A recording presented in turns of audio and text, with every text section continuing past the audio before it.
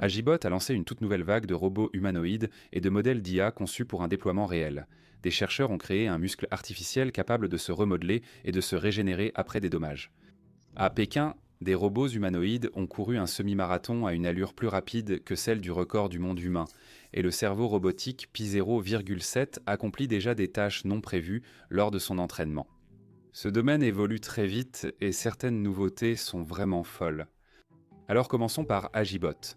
Lors de leur conférence des partenaires 2026 à Shanghai, Agibot a présenté une gamme complète de nouveaux systèmes robotiques et de modèles d'IA, tous construits autour de ce qu'ils appellent une architecture, un corps robotique, 3 intelligences. L'idée ici est assez simple, même si la mise en œuvre ne l'est pas. Au lieu de traiter le mouvement, la manipulation et l'interaction comme des problèmes séparés, ils construisent un système unifié où les trois sont étroitement intégrés et continuellement améliorés grâce aux données du monde réel.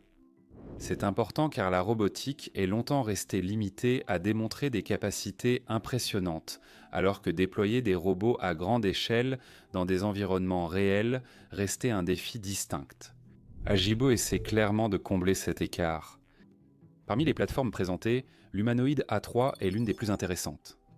Il mesure environ 173 cm de haut et ne pèse que 55 kg, construit avec des matériaux légers comme le magnésium, le titane et le TPU.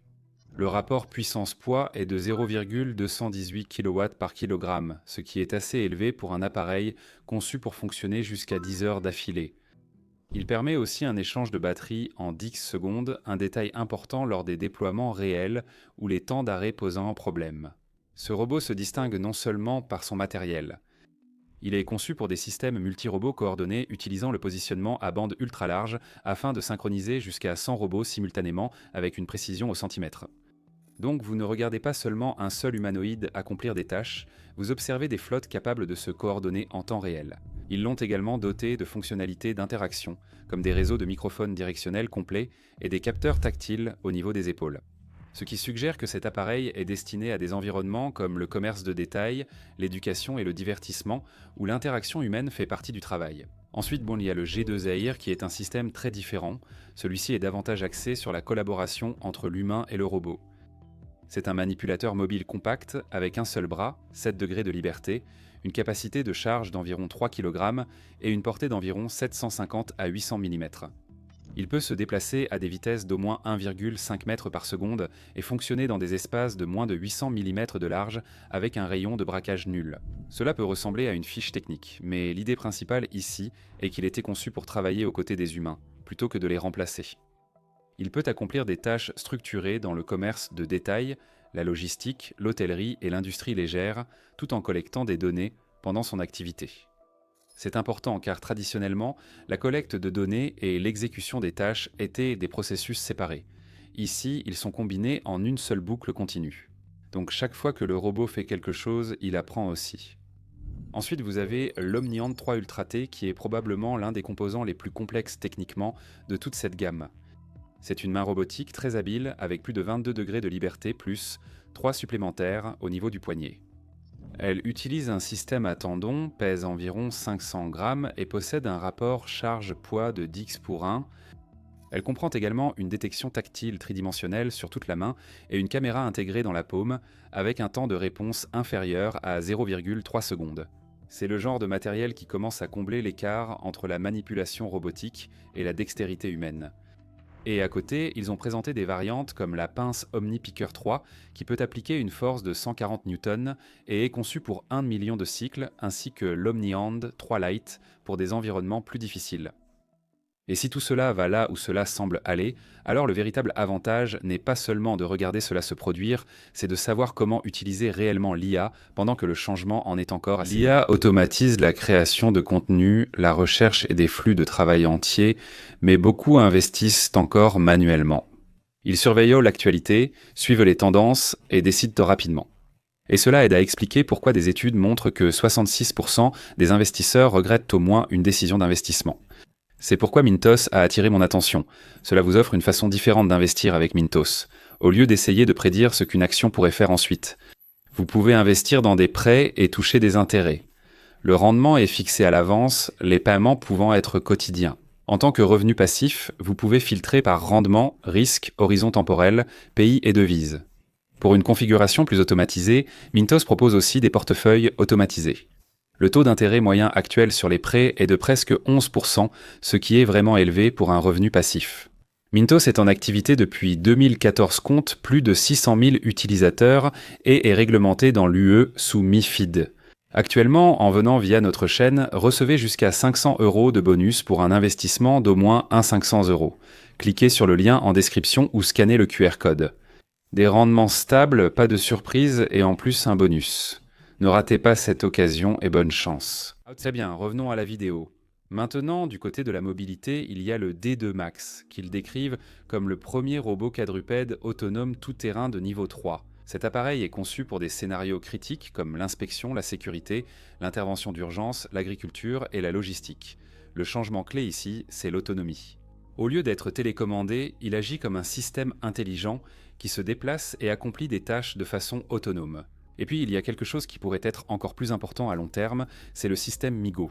Il s'agit d'une plateforme de collecte de données sans corps robotique. Plutôt que d'utiliser des robots pour collecter des données d'entraînement, il permet aux humains de recueillir directement des données multimodales avec la pince MiGo et MegoView.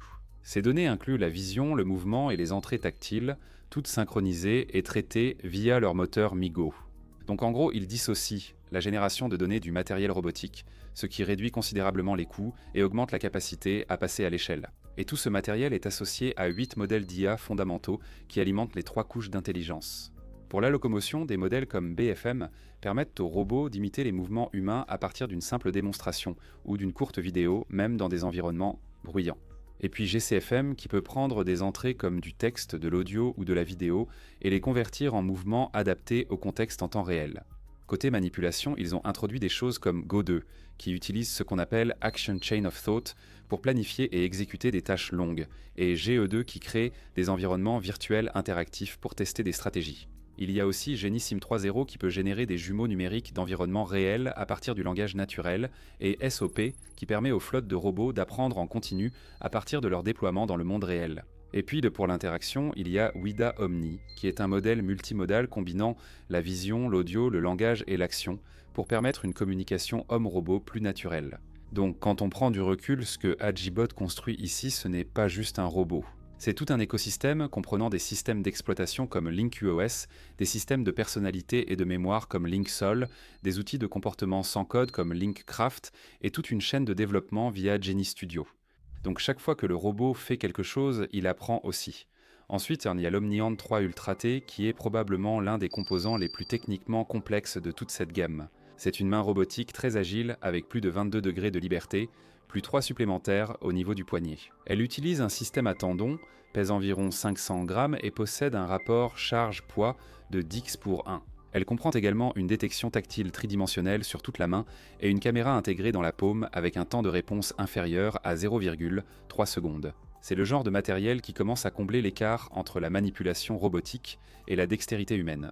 Et à côté, ils ont présenté des variantes comme la pince OmniPicker 3, qui peut appliquer une force de 140 Newton et est conçue pour 1 million de cycles, ainsi que l'Omnihand 3 Lite pour des environnements plus difficiles. Maintenant, du côté de la mobilité, il y a le D2 Max, qu'ils décrivent comme le premier robot quadrupède autonome de niveau 3 tout-terrain. Cet appareil est conçu pour des scénarios critiques comme l'inspection, la sécurité, les interventions d'urgence, l'agriculture et la logistique. Le changement clé ici, c'est l'autonomie. Plutôt que d'être contrôlé à distance, il agit comme un système intelligent pouvant se déplacer et accomplir des tâches de façon autonome. Et il y a peut-être plus important à long terme, le système MiGo, une plateforme de collecte de données sans corps robotique. Plutôt que d'utiliser des robots pour collecter des données d'entraînement, il permet aux humains de recueillir directement des données multimodales avec des outils comme MegoGripper et MegoView. Ces données incluent la vision, le mouvement et les entrées tactiles, toutes synchronisées et traitées via leur moteur MiGo.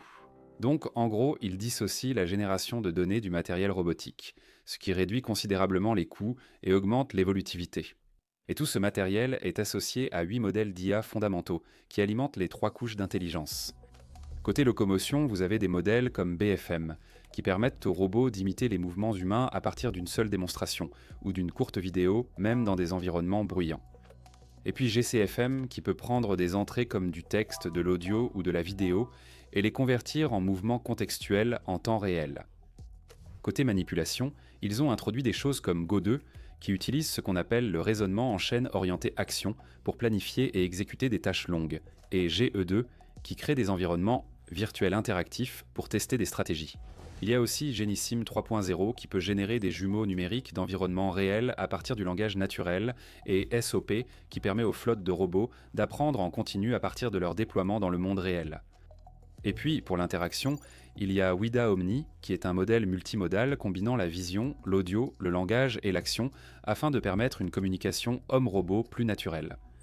Donc quand on prend du recul, ce que Agibot construit ici, ce n'est pas simplement un robot.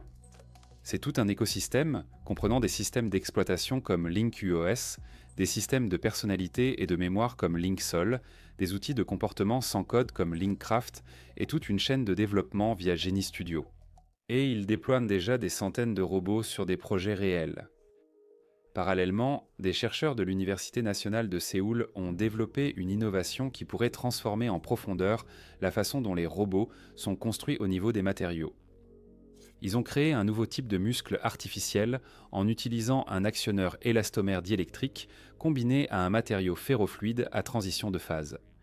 À température ambiante, ce matériau se comporte comme un solide, mais lorsqu'il est exposé à la chaleur ou à des champs magnétiques, il devient fluide.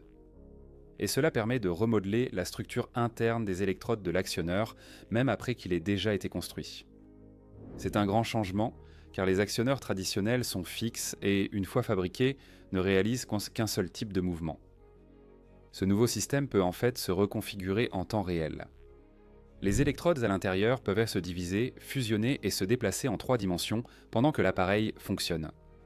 Ainsi, un seul actionneur peut passer d'une fonction à une autre, comme se plier, s'étendre ou même faire le pont entre des circuits électriques, et en plus de cela, il est auto-réparateur. Si une partie de l'électrode est endommagée, le matériau autour peut se liquéfier et rétablir le circuit, permettant au système de continuer à fonctionner au lieu de tomber complètement en panne. Ils ont également testé la recyclabilité, et même après plusieurs cycles de réutilisation, le système a conservé environ 91% de ses performances. Donc maintenant, on a désormais des composants robotiques qui peuvent s'adapter, se réparer eux-mêmes et être réutilisés au lieu d'être jetés. Cela a des implications pour tout, des robots industriels aux dispositifs portés sur le corps et à l'électronique flexible.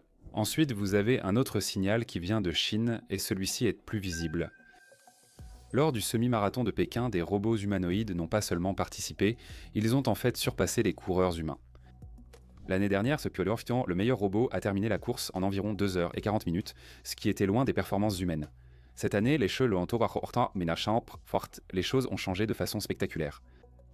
Plus de 100 équipes ont participé, contre environ 20 l'année précédente. Près de la moitié des robots ont parcouru de façon autonome le circuit de 21 km sans télécommande.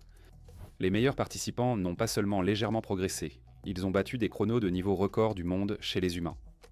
Le robot gagnant, développé par Honor, a terminé en 50 minutes et 26 secondes. C'est plus rapide que le record du monde du semi-marathon humain établi par Jacob Kiplimo un mois plus tôt. Un autre robot du même groupe aurait franchi la ligne en 48 minutes et 19 secondes selon la façon dont le score de l'événement a été calculé.